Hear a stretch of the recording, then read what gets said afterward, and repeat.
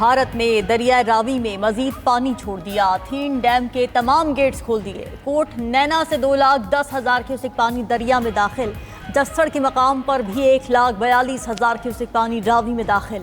اگلے 48 گھنٹے انتہائی اہم، جسڑ شاہدرہ اور ہیڈ بلوکی پر انتہائی اونچے درجے کے سیلاب کا الرٹ۔ پی ڈی ایم نے لاہور، گجرانوالہ، ساہیوال، ملتان اور فیصل آباد کے ڈپٹی کمشنرز کو مراسلہ بھیج دیا۔ راوی سے ملحقہ اضلاع میں ہنگامی اقدامات کی ہدایت۔ انتظامیہ نے آج رات ہی ریسکیو آپریشن کر کے آبادی کو نکالنے کا پلان بنا لیا۔ ٹیمیں کشتیاں لے کر پہنچ چکی۔ دریائے ستلج میں بھی اونچے درجے کا سیلاب، حفاظتی بند ٹوٹنے سے سینکڑوں دیہات زیر آب، کئی دیہات کا زمینی رابطہ منقطع۔ فصلیں تباہ، قصور، اوکاڑا، بہاول نگر، پاک پتن، بہاڑی سے 2 لاکھ کے قریب آبادی کی نقل مکانی۔ رات کے اندھیرے میں بھی لوگوں کا انخلا جاری۔ ظفروال میں نالہ ڈیک کے پانی کی تباہ کاریاں۔ بیور کے مقام سے بند ٹوٹنے سے پسرور چونڈا روڈ زیر آب، پانی چھوڑ کے بھگت اور کی ڈوگراں اور ملحقہ علاقوں میں داخل۔ ناروال میں نالہ ڈیک میں طغیانی، ریلوے ٹریک بھی ڈوب گیا، ٹرینوں کی آمد و رفت معطل۔ دریائے چناب میں بھی صورتحال سنگین، ہیڈ مرالہ کے مقام پر پانی کی آمد 3 لاکھ کیوسک تک پہنچ گئی۔ بھارت سے مزید 1 لاکھ کیوسک پانی چناب میں آنے کا امکان۔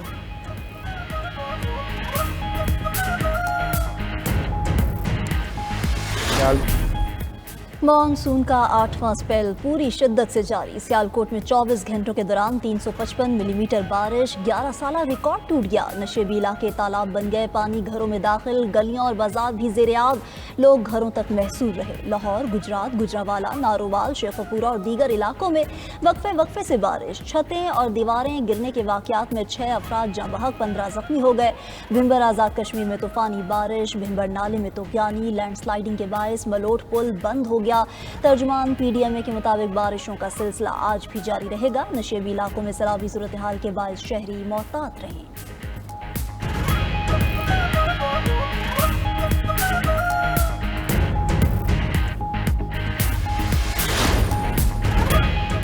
وزیراعظم شہباز شریف کی ریسکیو، ریلیف اور بحالی کے اقدامات تیز کرنے کی ہدایت۔ دریاؤں میں سیلابی صورتحال سے متعلق اجلاس۔ شہباز شریف نے وفاقی وزراء کو متاثرہ علاقوں کا فوری دورہ کرنے اور امدادی کارروائیوں کی نگرانی کرنے کا کہہ دیا۔ مزید کہا کہ آبی گزرگاہوں کے کنارے آباد افراد کو فوری محفوظ مقامات پر منتقل کریں۔ چیئرمین این ڈی ایم اے نے بتایا کہ دریائے ستلج، راوی، چناب اور نالہ ڈیک میں اونچے درجے کا سیلاب ہے۔ اگلے 12 سے 24 گھنٹوں میں سطح مزید بلند ہوگی۔ ملحقہ علاقوں سے آبادی کو نکال دیا گیا۔ دریائے راوی میں مزید پانی آنے سے قبل پیشگی انتظامات کر لیے۔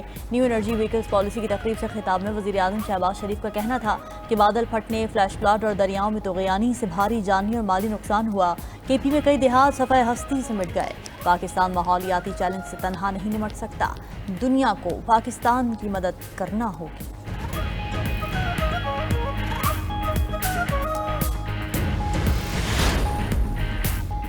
بھارتی غیر قانونی زیر قبضہ کشمیر میں ایک بار پھر کلاؤڈ برسٹ، شدید بارشوں، سیلاب اور لینڈ سلائیڈنگ کے باعث 10 افراد جاں بحق۔ 3 روز سے جاری بارشوں سے ندی نالوں میں طغیانی، سڑکیں بہہ گئیں، پانی دریاؤں پر بنے پل بھی بہا لے گیا۔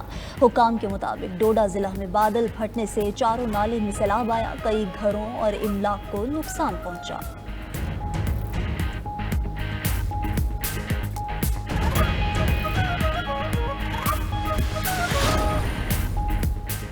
امریکہ کا بھارت پر 25% اضافی ٹیرفات سے نافذ العمل ہوگا۔ تمام بھارتی اشیاء پر امریکہ میں درآمدی ڈیوٹی 50% ہو جائے گی۔ ٹرمپ نے بھارت کو 20 دن کی مہلت دیتے ہوئے 27 اگست سے ٹیرف نافذ کرنے کا اعلان کیا تھا۔ ادھر امریکہ نے انڈونیشیا کے پام آئل، کوکو اور ربڑ پر درآمدی ٹیرف ختم کرنے پر رضامندی ظاہر کر دی۔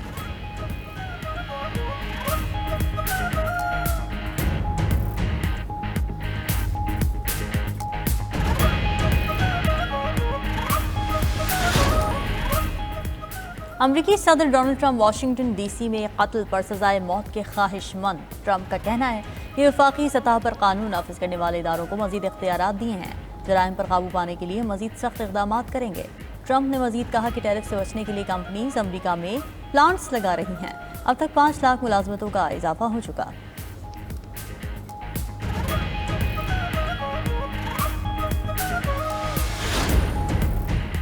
ایران اور 3 یورپی ممالک کے درمیان جنیوا میں بیٹھک۔ میڈیا رپورٹ کے مطابق ایرانی نائب وزیر خارجہ سے فرانس، جرمنی اور برطانیہ کے اعلیٰ حکام نے ملاقات کی۔ E3 نے اکتوبر تک معاہدہ نہ ہونے پر پابندیاں واپس لگانے کی دھمکی دی۔ ایرانی وفد نے جوہری معاہدوں کی بحالی کے لیے پابندیوں کے بجائے سفارتکاری پر زور دیا۔ ادھر آسٹریلیا کا ایران پر یہود مخالف حملوں میں ملوث ہونے کا الزام۔ ایرانی سفیر اور 3 اراکین کو 7 دن میں ملک چھوڑنے کا حکم۔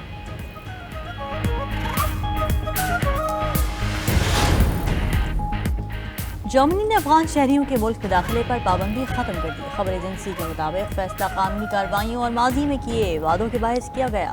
طالبان حکومت آنے کے بعد جرمنی نے 2000 افغان شہریوں کو پناہ دینے کا وعدہ کیا تھا۔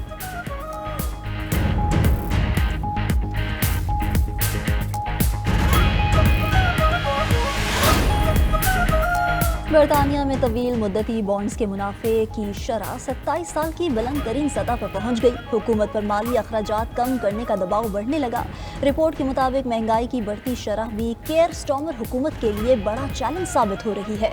دوسری جانب امریکی ٹیرف کے نفاذ سے سوئٹزرلینڈ کی مینوفیکچرنگ صنعت شدید متاثر۔ 30% کمپنیز کا دوسرے ممالک منتقل ہونے پر غور۔ ہزاروں ملازمین کی برطرفیوں کا بھی امکان۔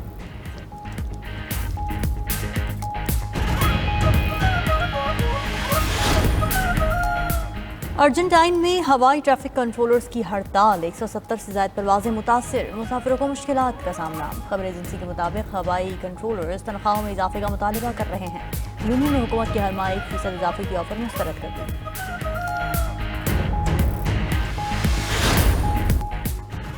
حماس کی جانب سے جنگ بندی معاہدے کی تجاویز منظور کیے 1 ہفتہ ہو گیا۔ اسرائیل کا جواب تاحال موصول نہیں ہوا۔ ترجمان قطری وزارت خارجہ ماجد الانصاری کا کہنا ہے کہ اسرائیلی حکام کے بیانات سے ہمیں زیادہ امید نظر نہیں آتی۔ عرب میڈیا کے مطابق قطر، مصر اور امریکہ کی ثالثی میں 60 روزہ جنگ بندی اور قیدیوں کے تبادلے کا نیا فریم ورک تجویز کیا گیا تھا۔ اسرائیل تمام قیدیوں کی ایک ساتھ رہائی پر بضد ہے۔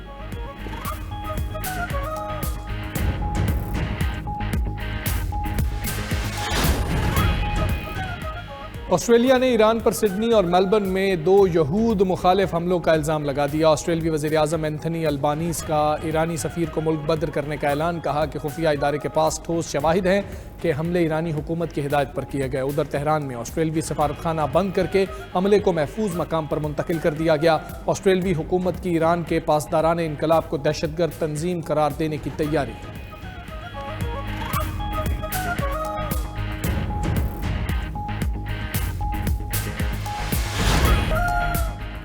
ایلن مسک کا ایپل اور اوپن اے آئی پر وار، دونوں ٹیک کمپنیز کے خلاف امریکی عدالت میں مقدمہ دائر، اربوں ڈالرز ہر جانے کا مطالبہ کر دیا۔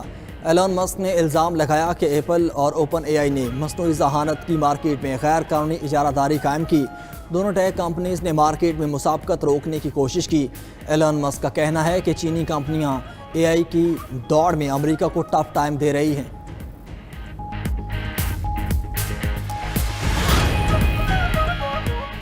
چین میں کلاؤڈ برسٹ کا خوفناک منظر۔ چینی شہر شیان میں اچانک آسمان سے موسلا دھار بارش ہوئی۔ بارش کا پانی کسی آبشار کی طرح شہر پر گرتا رہا۔ مقامی چینی شہری نے 10 منٹ تک ٹائم لیپس ویڈیو ریکارڈ کر لی۔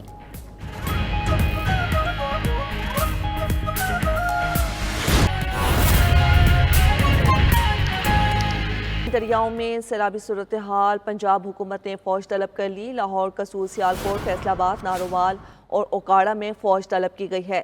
آپ کو بتا رہے ہیں دریاؤں میں سیلابی صورتحال، پنجاب حکومت نے فوج طلب کر لی۔ مزید جانتے ہیں فہیم امین سے۔ جی فہیم امین، اس حوالے سے بتائیے گا کہ فوج طلب کر لی گئی ہے۔